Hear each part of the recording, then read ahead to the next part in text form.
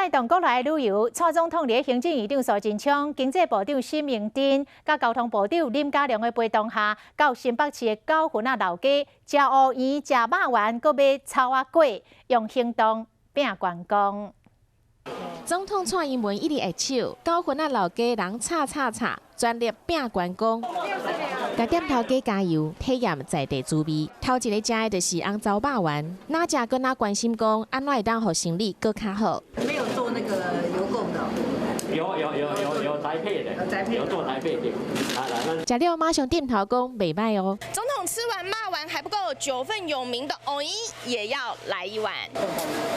热天食一碗冰的哦，透心凉。总统大喙食，先煞关心讲最近生理安怎？要走的时阵，伊嘛买传统的美食草仔粿，甜的咸的拢总有。9份有山又有海，这个热门打卡的景点，总统当然也来走一遭。行入去地楼看外口，有山有水，真正水。总统和行政院长苏贞昌小酒啉中斗茶，交通部长林佳龙和经济部长沈明珍坐伫边仔圆道。不过顶一摆到庙口夜市是找家人市长林佑昌做导游，这摆到通知新北市长侯友宜。